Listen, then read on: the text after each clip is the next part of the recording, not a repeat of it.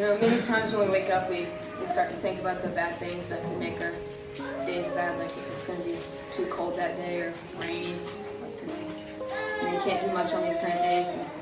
And, you can wake up and have school or have to go to work, and you start thinking that's going to make your day not as productive or anything. But, this verse tells us that the Lord has made this day, and you should rejoice and be glad in it, because you've been blessed with another day of life. Verse 24 says, "This is the day which the Lord hath made. We will rejoice and be glad." And Brother John says this often, but no one is promised tomorrow or your even next breath. So when you wake up for another day, just put your bad day aside and thank the Creator and rejoice in Him. Amen. This is a quick turn of verses. This is how my devotion laid out in my head. So if you could turn to Matthew 24.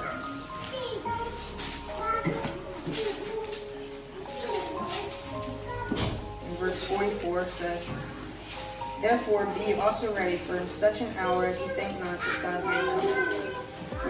As no one is promised another day of life, but the Bible promises that the Lord will come back on a certain day, an hour that no one knows, but you have to be ready for that time. And those that are lost, although no one is promised another day, God has given you another day of life today to give your life to Him. And I pray that today you will give your life to Christ. In our days, we have to be ready for Jesus' return. And until then, rejoice in our days and thank Jesus for another day of life. Amen. Amen.